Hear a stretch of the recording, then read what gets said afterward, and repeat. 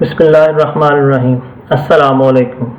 Chemistry class 10 chapter number 9। आज का हमारा टॉपिक है characteristics of forward and reverse reactions. ये macroscopic characteristics of forward and reverse reaction. Macroscopic characteristics का मतलब होता है नुमाया खसूसियात।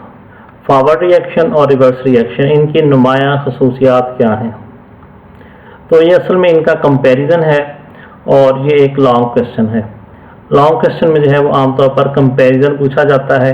उसके अलावा किसी एक कैटेगरी की खसूसियात भी पूछी जा सकती है। मिसाल के तौर पर write the characteristics of forward reaction या write the characteristics of reverse reaction. अगर कंपैरिजन पूछा गया है तो फिर आपने ये कंप्लीट दोनों को कंपैरिजन की शक्ल में लिखना होगा, और अगर पूछा गया है सिर्फ फॉरवर्ड रिएक्शन तो फिर ये साइड लिखेंगे, और अगर रिवर्स रिएक्शन तो फिर सिर्फ ये वाला लिखना होगा। इसमें दोनों का जो कंपैरिजन है उसका पहला पॉइंट जो है वो इसकी डेफिनेशन भी है। जिस तरह ये फॉरवर्ड रिएक्शन है, it is a reaction in which reactants react to form products. जबकि रिवर्स रिएक्शन क्या है? It is a reaction in which products react to produce reactants. तो पहला पॉइंट जो है वो इन दोनों की डेफिनेशंस भी हैं।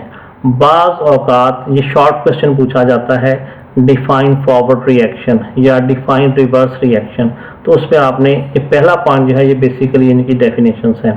तो फॉरवर्ड रिएक्शन जो है ये हम पहले भी पढ़ चुके हैं, ऐसा केमिकल रिएक्शन जिसमें जो रिएक्टेंट्स हैं वो मिलकर प्रोडक्ट बनाते हैं, जबकि रिवर्स रिएक्शन में प्रोडक्ट्स वापस रिएक्टेंट में तब्दील हो जाते हैं।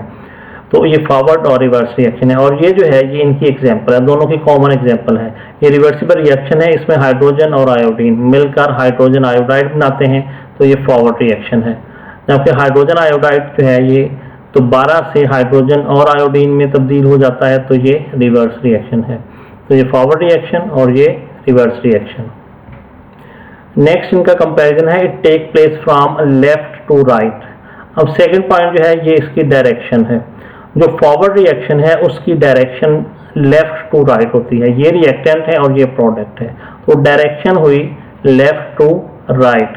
जबकि रिवर्स रिएक्शंस क्या है? It take place from right to left. इसमें चेंज होना है, तो डायरेक्शन होगी right to left. Next point number 3 है कि जब रिएक्शन स्टार्ट होता है तो उस वक्त इनके रेट ऑफ रिएक्शन, यानी जब रिएक्शन स्टार्ट हुआ तो उस वक्त इनके रिएक्शन की रफ्तार क्या है। फॉरवर्ड रिएक्शन में क्या होता है? At initial stage the rate of forward reaction is very fast. जैसे ही रिएक्शन शुरू होता है उस वक्त रेट ऑफ फॉरवर्ड रिएक्शन बहुत तेज होता है, इसकी रफ्तार बहुत ज़्यादा होती है, क्योंकि उस वक्त जो है वो रिएक्टेंट्स मौजूद हैं और वो तमाम रिएक्टेंट तेज़ी से प्रोडक्ट में तब्दील होना शुरू हो जाते हैं।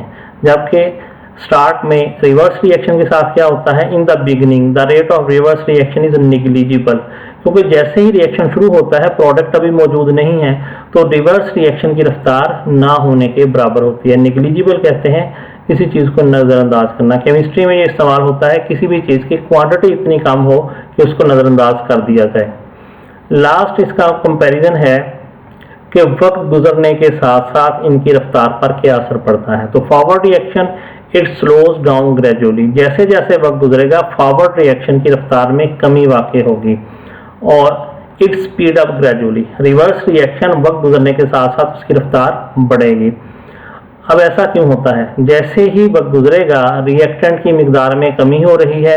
रेट ऑफ फॉरवर्ड रिएक्शन जो है वो रिएक्टेंट की मिकदारों पर डिपेंड करता है। जैसे जैसे इनकी मिकदारों में कमी होगी फॉरवर्ड रिएक्शन की रफ्तार में भी कमी हो जाएगी, जबकि रिवर्स रिएक्शन की रफ्तार में इजाफा होगा, क्योंकि वक्त गुजरने के साथ साथ प्रोडक्ट की मिकदार में इजाफा हो रहा है, तो उसने वापस रिएक्टेंट में चेंज होना है। जैसे जैसे वक्त गुजरेगा प्रोडक्ट की मिकदार में इजाफा होगा और रिवर्स रिएक्शन की रफ्तार में भी इजाफा हो जाएगा। तो यहाँ तक आपने याद करना है। टेक्स्ट बुक में पेज नंबर 6 के स्टार्ट में एक बॉक्स दिया गया है और यही आपका जो है वो आज का लेसन है। ये आपने याद करना है और उसको लिखकर सबमिट करना है। अल्लाह हाफिज़।